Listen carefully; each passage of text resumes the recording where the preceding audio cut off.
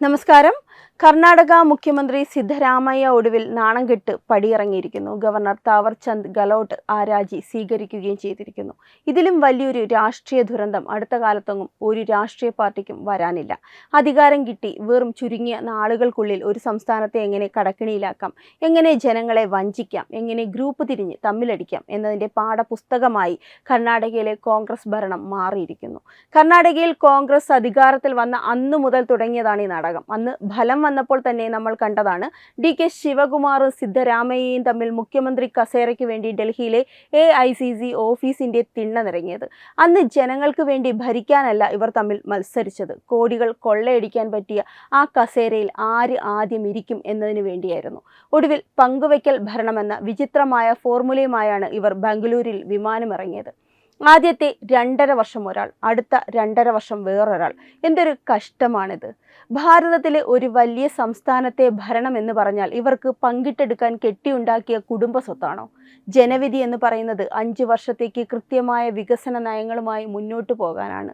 അതിനെയാണ് ഇവർ അധികാരമോഹത്തിന് വേണ്ടി പകുത്തു നൽകിയത്. അന്നേ ഉറപ്പായതാണ് ഈ ഭരണത്തിന്റെ അന്ത്യം ഇങ്ങനെ ആയിരിക്കുമെന്ന്. ഭരണം തുടങ്ങിയ അന്ന് തൊട്ട് ഇന്ന് വരെ സിദ്ധരാമയ്യയുടെ ഗ്രൂപ്പും DK ശിവകുമാറിന്റെ ഗ്രൂപ്പും തമ്മിൽ ചെളിവാരിയെറിയലായിരുന്നു. ഫയലുകൾ ഒപ്പിടാനോ റോഡ് പണിയാനോ കർഷകരുടെ കണ്ണീരൊപ്പാനോ ഇവർക്ക് സമയമില്ലായിരുന്നു. പകരം സ്വന്തം MLA-മാരെ കൂടെ നിർത്താനും മറുവിഭാഗത്തെ വെട്ടിനിരത്താനും മാത്രമാണ് ഇവർ തങ്ങളുടെ ഔദ്യോഗിക പദവികൾ ഉപയോഗിച്ചത്. ഇതിന്റെ സ്വാഭാവികമായ അന്ത്യമാണിപ്പോൾ നമ്മൾ കാണുന്നത്. ജനങ്ങളെ വഞ്ചിച്ചവർക്ക് പ്രകൃതിയും ജനാധിപത്യവും ഒരുപോലെ നൽകിയ തിരിച്ചടിയാണിത്. തെരഞ്ഞെടുപ്പ് കാലത്ത് കോൺഗ്രസ് വോട്ടർമാരെ കബളിപ്പിക്കാൻ വേണ്ടി ഇറക്കിയ 5 ഗ്യാരണ്ടികൾ ഇന്ന് കർണാടകയിലെ ജനങ്ങൾക്ക് ശാപമായി മാറിയിരിക്കുകയാണ്. സൗജന്യങ്ങൾ പ്രഖ്യാപിച്ച് ഭരണം പിടിച്ച കോൺഗ്രസിന് അത് നടപ്പിലാക്കാൻ പണമില്ലാതെ വന്നപ്പോൾ അവർ ചെയ്തത് എന്താണ്? വികസന ബഡ്ജറ്റ് പൂർണ്ണമായും വെട്ടിക്കുറച്ചു. പുതിയ റോഡുകളില്ല, പാലങ്ങളില്ല, കുടിവെള്ള പദ്ധതികളില്ല, കർഷകർക്കുള്ള സബ്സിഡികളുമില്ല. എല്ലാം നിർത്തിവെച്ചു. ഒരു സംസ്ഥാനത്തിന്റെ വികസനം 20 വർഷം പുറകോട്ടടിക്കുകയാണ് ഇവർ ചെയ്തത്. ഇത് നമ്മൾ മാത്രം പറയുന്നതല്ല. കോൺഗ്രസിന്റെ സ്വന്തം ഉപമുഖ്യമന്ത്രിയായിരുന്ന DK ശിവകുമാർ തന്നെ പരസ്യമായി പറഞ്ഞതാണ്. ഇനി വികസനത്തിന് നൽകാൻ ഞങ്ങളുടെ കയ്യിൽ പണമില്ല എന്ന്.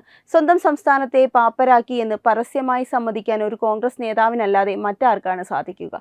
കർണാടകയിൽ ഇന്ധനവില കൂട്ടി, വൈദ്യുതി ചാർജ് വർദ്ധിപ്പിച്ചു, വസ്തുനികുതി ഇരട്ടിയാക്കി, ഒരു കൈകൊണ്ട് സൗജന്യം കൊടുക്കുന്നുവെന്ന് വരുത്തി തീർത്ത് മറു കൈകൊണ്ട് സാധാരണക്കാരന്റെ പോക്കറ്റടിക്കുന്ന ക്രൂരമായ വിനോദമാണ് കോൺഗ്രസ് അവിടെ നടത്തിയത്. ഇന്ന് കർണാടകയിലെ ഖജനാവ് പൂർണ്ണമായും ശൂന്യമാണ്. ശമ്പളം കൊടുക്കാൻ പോലും കടമെടുക്കേണ്ട അവസ്ഥയിലാണ് ആ സംസ്ഥാനം.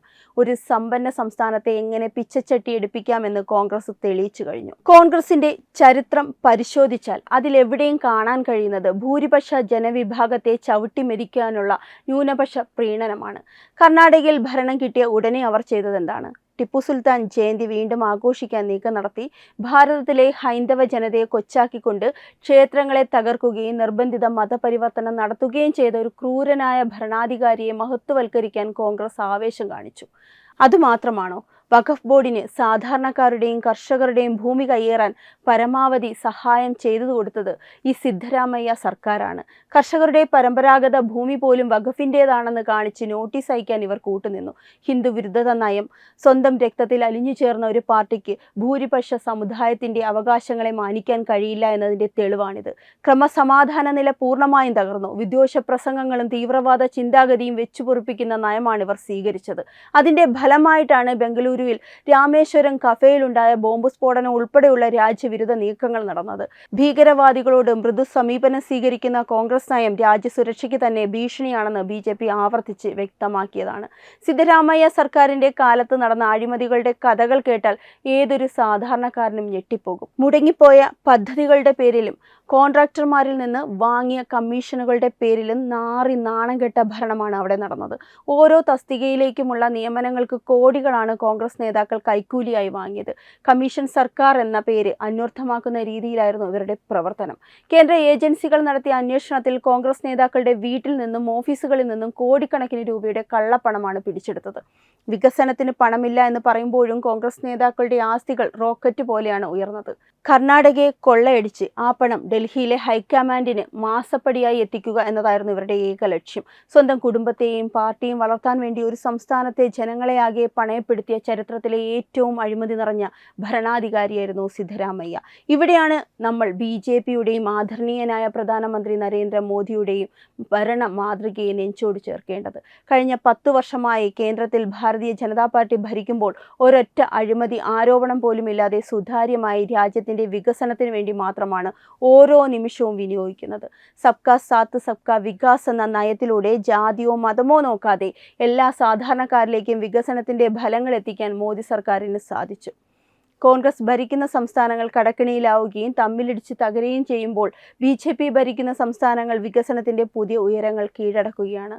ഉത്തർപ്രദേശിൽ ആദരണീയനായ യോഗി ആദിത്യനാഥ് ജിയുടെ നേതൃത്വത്തിൽ ഗുണ്ട മാഫിയകളെ അടിച്ചമർത്തിക്കൊണ്ട് വൻ വ്യവസായ നിക്ഷേപങ്ങളാണ് വരുന്നത്. ഗുജറാത്തും മധ്യപ്രദേശും കാർഷിക വ്യവസായ മേഖലകളിൽ കൈവരിച്ച നേട്ടങ്ങൾ ലോകം അംഗീകരിക്കുന്നതാണ്.